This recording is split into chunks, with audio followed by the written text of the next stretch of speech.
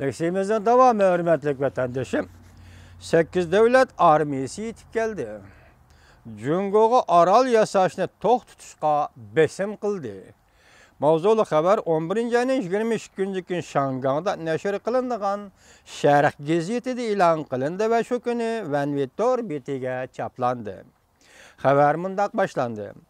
Malayziyaning Kuala Lumpur shahrida o'tkazilgan Sharq Janub Osiyo davlatlarining navbatdagi yuqori darajali yig'ini tunugun oxirlashdi.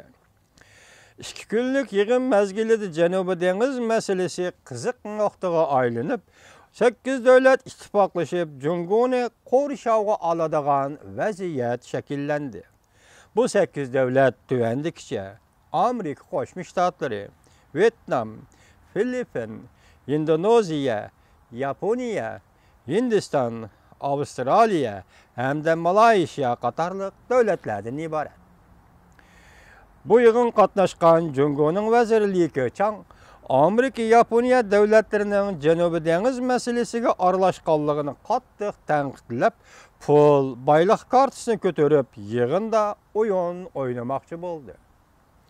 Matbuotlarning xabariga asoslanganda Amerika Qo'shma Shtatlarining prezidenti Obama oldingi kuni yig'in ichi va yig'in sirtidan nutq so'zlab, Jungoning Janubiy dengizda orol va xadatash yasashni va bu yasab olgan orollarni harbiylashtirishni to'q tutishni talab qilib, dengiz qatnash erkinligini qo'g'dashni qayta ta'kidladi.